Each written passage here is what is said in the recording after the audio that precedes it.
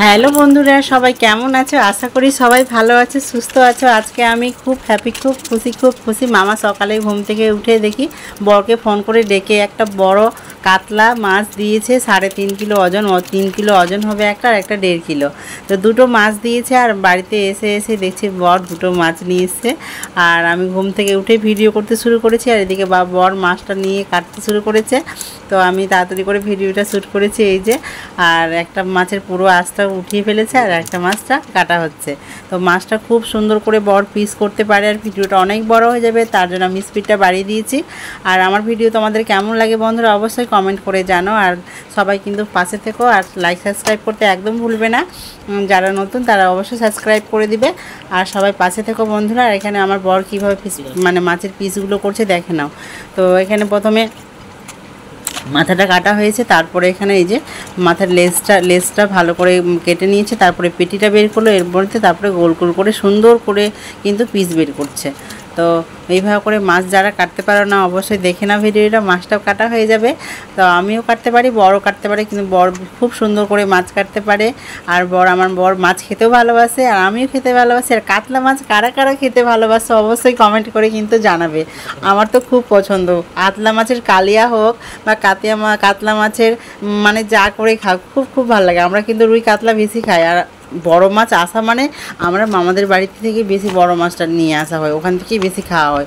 বড় মাছটা মামারাই বেশি দেয়। তো মামাদের পুকুর আছে, দাদুদের পুকুর আছে, তোমরা তো জানো বন্ধুরা, আমি তোমাদের প্রত্যেক ভিডিওতেই বলি।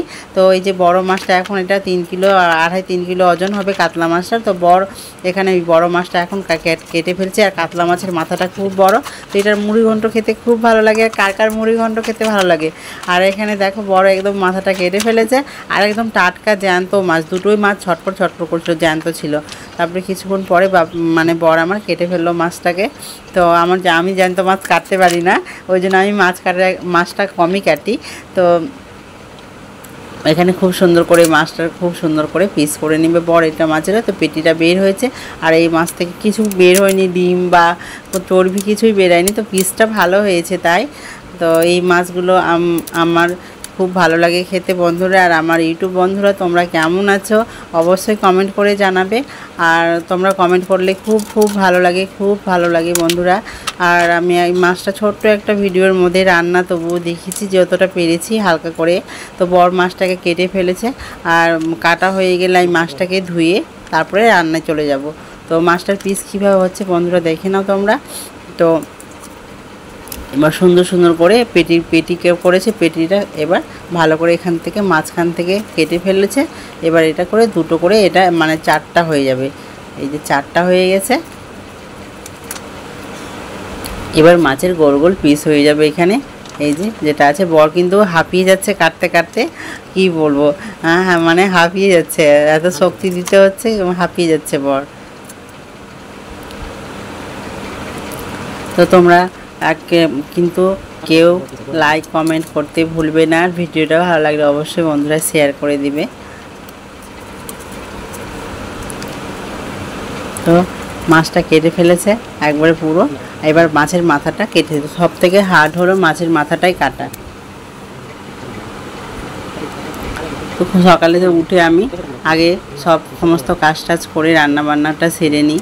রান্নাবান্নাটা খুব বড় কাজ আমাদের কাছে, মেয়েদের কাছে।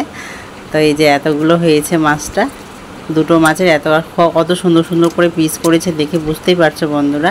আর এই টাটকা দেশি মাছ খেতে কার পছন্দ না, সবার ভালো লাগে। আর বাইরে বাজারে তো এত ভালো মাছ কিনে খায়, সবাই এত বড় মাছ খায়, কিন্তু এত টাটকা মাছকে কেউ খেতে পারে বন্ধুরা বলো? যাদের পুকুর থাকে তারাই খেতে পারে, নাহলে তো সব মাছ এখন বরফ দেওয়া, তাই না? তো এই যে মাছটা পুরো সম্পূর্ণ কাটা হয়ে গেছে বন্ধুরা। এবার আমি ধুতে চলে যাচ্ছি। এবার এই মাছটা ধোয়া হয়ে গেল, এবার আমি এখানে রান্নাঘরে চলে এসেছি। এতগুলো মাছ তো খাওয়া যাবে না, তাই ভাবলাম 2 ভাগে ভাগ করে নিই। তো বর যতটা খাবে আমাকে ভাগ করে এই যে এখানে এইগুলো মাছ দিয়েছে। আর আমি এই মাছটা এখন রান্না করব। তো ভালো করে লবণ হলুদ মাখিয়ে তেলটা গরম করে কড়াই বসিয়ে আমি মাছটাকে খুব সুন্দর করে ফ্রাই করে নিলাম, ভেজে নিলাম। আর এবার আমি এটাকে পেঁয়াজ, কাঁচা লঙ্কা আর পেঁয়াজ সব কিছু মশলা টশলা রেডি করে নিয়েছি। আর এর মধ্যে আমার এদিকে আলু ভাজা হয়ে গেছে, পেঁয়াজ দিয়ে মশলা ভাজা হয়ে গেছে। আর খুব সুন্দর করে আমি রান্না করছি মাছটা। আর আজকে আলু দিয়ে রান্না করলাম। আর এখানে মাছটার পরিমাণ মতো জল দিয়েছি, ঝোলটা ফুটে উঠেছে। এবার মাছগুলো দিয়ে দিলাম। বন্ধুরা, আশা করি তোমাদের ভিডিওটা ভালো লেগেছে। সবাই কিন্তু লাইক করো, কমেন্ট করো, ভালোবাসা দিয়ে থাকো পাশে। বাই বাই, আবার দেখা হচ্ছে পরে।